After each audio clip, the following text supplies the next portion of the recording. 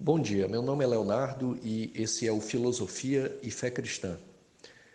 No áudio de hoje, vamos continuar tratando acerca de Agostinho de Hipona. Já nos últimos dois áudios, principalmente no último que se vem tratando, deste importante pensador do período tardo antigo, e hoje vamos já entrar propriamente no texto aqui do Colin Brown. Então, eu vou ler aqui o texto do Colin Brown e fazer algumas observações acerca disso. Então, Colin Brown começa dizendo: o pensador que mais se destacou deste período inicial, que é o período da Idade Média, foi Agostinho, que nasceu em 354 e morreu em 430, o piedoso bispo de Hipona, na África do Norte. Agostinho não fora sempre um cristão. Então, fazendo um comentário aqui, que já foi dito anteriormente, Agostinho, na verdade, nunca foi um ateu. Ele nasceu em um lar cristão e a sua mãe, Mônica, era uma cristã fervorosa, sempre orou a Deus para que Agostinho se convertesse, tivesse um encontro real com Cristo.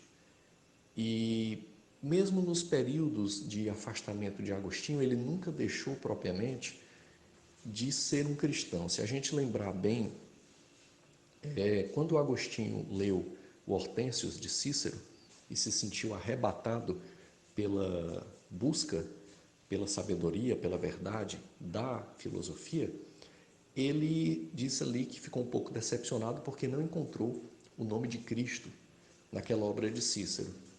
Então, com isso, a gente pode verificar que Agostinho nunca deixou propriamente de ser um cristão, mas ele talvez fosse o que hoje em dia a gente chama de cristão nominal, um cristão cultural, um cristão, o termo é complicado, mas talvez isso, um cristão secular.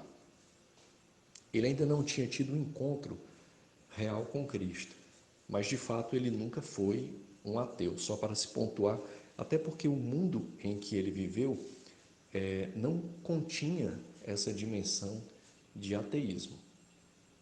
Tinha o contexto de você crer em deuses diferentes, mas era um mundo ainda permeado pelo divino. Muito bem, aí o Colin Brown continua aqui. Nos anos anteriores cometera mais pecados do que a maioria dos homens. Eu queria pontuar aqui, eu não sei se concordo muito com o que o Colin Brown falou aqui, que o Agostinho cometeu mais pecado do que a maioria dos homens. Eu acredito que o Agostinho confessou mais pecados do que a maioria dos homens. Ele sempre foi muito claro nesse ponto de perceber a sua miséria, de perceber a sua pequenez e confessar. E aí nas confissões, ao longo das confissões, ele deixa bem claro que ele está fazendo aquelas confissões para Deus, na esperança de que, em confessando a Deus, Deus por misericórdia faça com que outras pessoas sejam edificadas. E na esperança, me parece, de que essas pessoas também venham a confessar seus pecados. Há uma passagem das Confissões, e agora eu não vou lembrar aonde está, as Confissões é um livro enorme, mas uma passagem das Confissões em que Agostinho ele acha que o livro Confissões não ia ser lido, ou dá a entender que não seria lido por muitas pessoas, mas por algumas, talvez o ciclo mais próximo de amigos.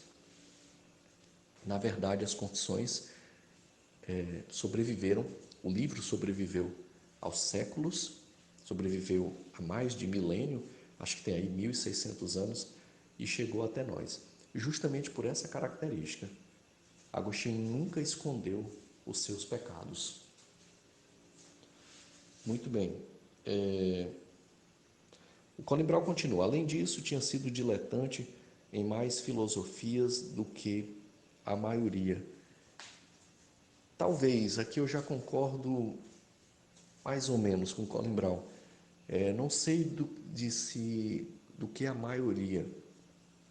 Agostinho teve uma busca muito intensa em torno da verdade. Essa busca começa no maniqueísmo, e já ali no maniqueísmo ele relata os problemas referentes ao materialismo dele. Ele tinha uma tendência a materializar tudo, e a noção de bem e mal que foi colocada ali no maniqueísmo para ele como sendo duas forças de igual poder e em constante batalha, eterna batalha, digamos assim, e são problemas que ele tende a levar para o âmbito do materialismo, e aí nesse sentido ele dá uma existência para o mal.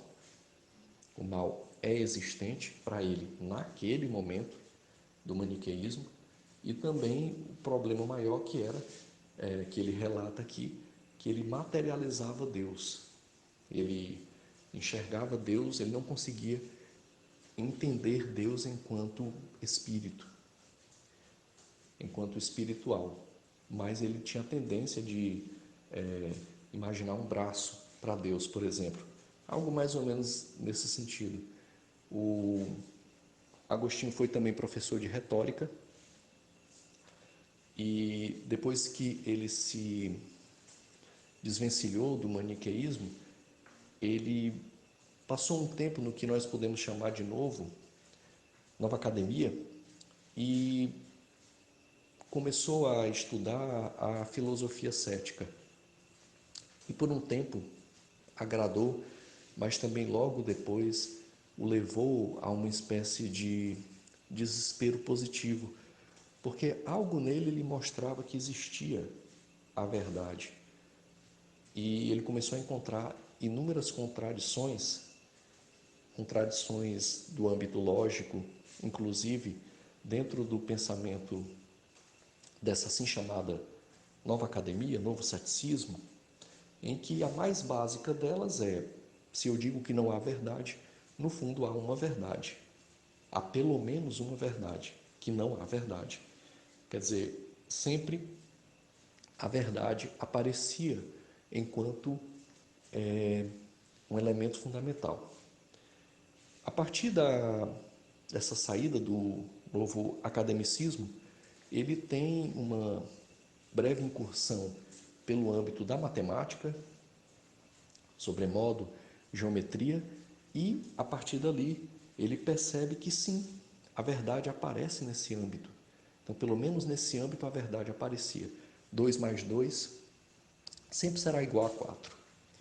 E isso é válido para qualquer época, para qualquer tempo. E então a verdade aparecia na matemática. E embora ele ficasse um pouco decepcionado, porque ele percebia a verdade no âmbito da matemática, mas tinha dificuldade em colocar essa verdade no âmbito da moral, no âmbito da ética, por exemplo, mas lhe dava um indicativo de que a verdade existia. Chegando a um determinado ponto de desespero, em que ele não conseguia encontrar a verdade por si mesmo, e cada vez que tentava mais, ele percebia que só conseguia cair num orgulho, em uma soberba. E ele percebe então que ele encontraria, ou ele começa a procurar essa verdade dentro das comunidades cristãs.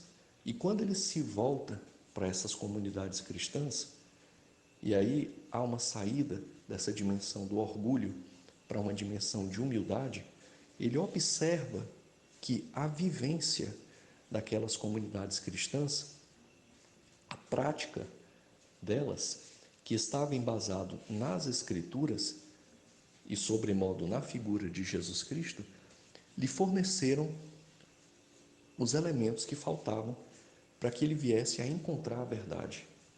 Então ele encontra essa verdade nas comunidades cristãs, numa dimensão em que ele desiste de procurá-la, porque ele vê que as suas forças o levaram até um certo ponto, mas que agora, para encontrar essa verdade, ele precisaria dar um salto na luz.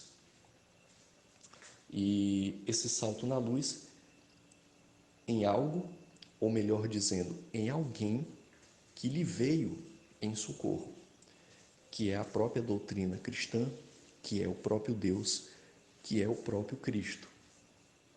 Então, nesse momento, Agostinho passa a crer, ele passa a ter fé na doutrina cristã, ele passa a acreditar em Jesus Cristo como seu único Salvador. E, nesse momento, a verdade lhe veio.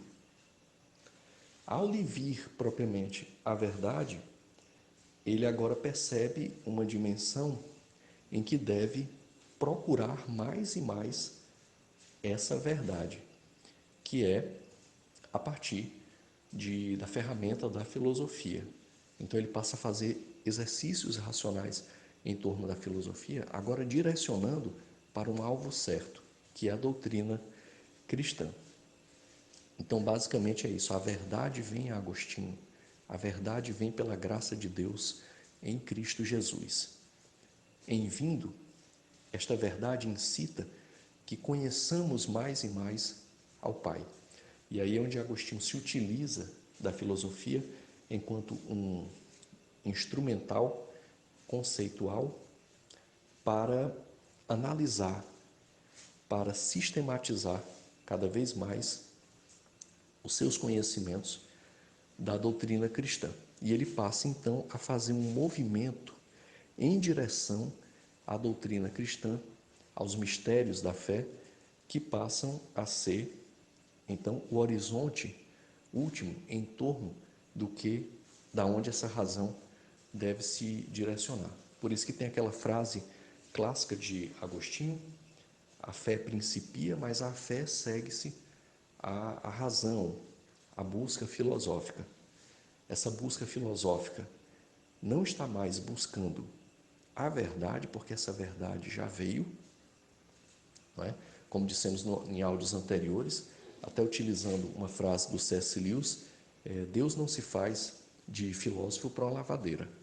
Não é preciso que ninguém estude filosofia para que venha a ter fé. Mas entendo fé, por algum motivo, Deus dá o dom de algumas pessoas de continuarem a burilar esta fé e a conhecer cada vez mais ao Pai. E aqui não há propriamente uma filosofia sistemática, não há um sistema filosófico, porque é sempre aberto. E aí é onde entra o âmbito da confissão. Confessar-se em Agostinho é uma atividade racional.